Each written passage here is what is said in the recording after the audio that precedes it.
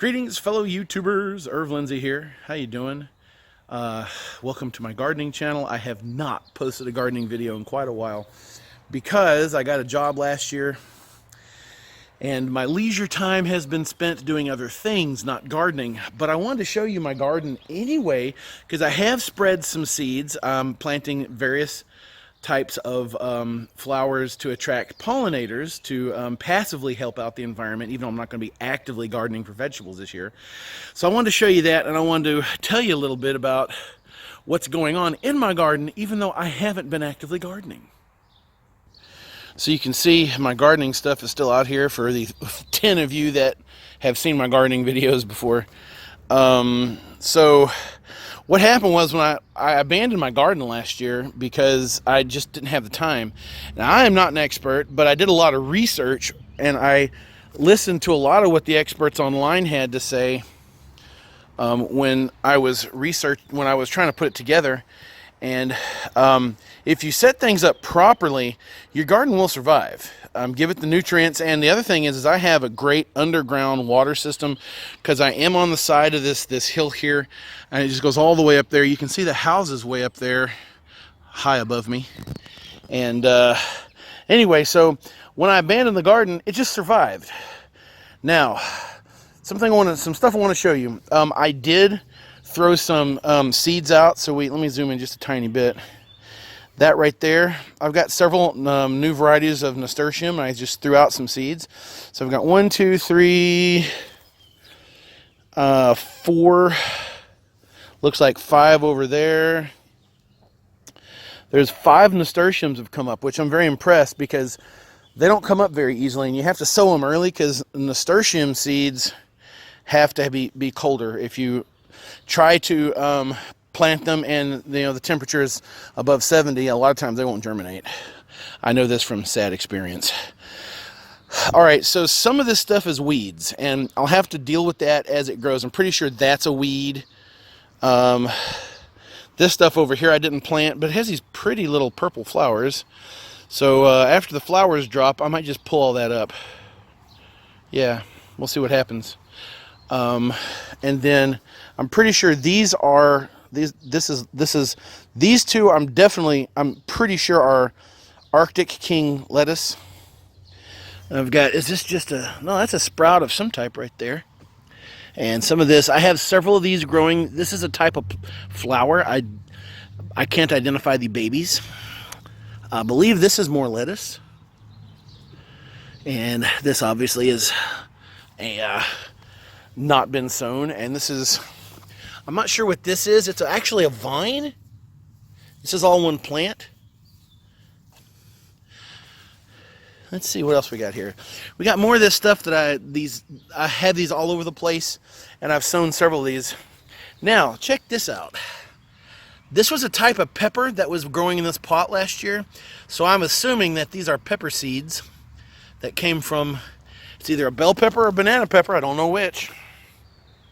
I need to thin that out down to just a few and see which one wins the race. This right here is probably a calendula, and I've got several of these sprouting right now. I got one there. Looks like there's a couple over here. Anyway, some good things going on here. Plants that I sowed, some I didn't, and yeah, some good things going on here. So I've got more seeds that I sowed. These are going to be flowers, just because I didn't know what to do with these tubs, and so I just threw some seeds in them. This is where I had potatoes growing last year, and it was not very successful at all. Got some more stuff coming up here. I guess this is something I sowed because it doesn't look like any of the weeds growing around here. So that is a tree growing out of a root that I need to deal with. So anyway, you can see more of these these are the Wheatley tomatoes from last year. I mean, they're just crazy. I'm going to thin these out down to one plant once they get big enough for me to choose a winner. Yep. And here's my Ailsa Craig onions. So the story on these is I put these in here and I thought, no, these will be fine growing at the base of a tomato plant. And the plant kind of took over. The tomato did, and they didn't get enough enough sun last year. So this is their second year, and they'll either become a usable onion or they'll bolt. In either case, I will use whatever nature provides me with, either seeds or onion, one of the two. More. Now you can actually see in this particular one, right over here, those actually are getting slightly bigger than the rest. So I can always stick a trowel down in there and move them over to the center if I have to, but I don't think it really matters. They, even though these are in containers, when I abandoned them, they did quite well. What I'm assuming is the roots made it out of the watering holes. Oops, sorry about the hand in the shot there. They made it out, the roots made it out of the watering holes and found water and nutrients because they just went crazy, guys. So that's really it. I have some seeds I threw over here. So I got a few things popping up here that aren't weeds. Here's some more of these plants that have the droopy flowers, the droopy leaves popping up. I don't know what type they are. I think that right there actually may be a weed. This is my first year doing this. As soon as things start getting a little more mature, I'll check it out. I'll do some thinning. That'll be here in the next month. So I also threw a goodly amount of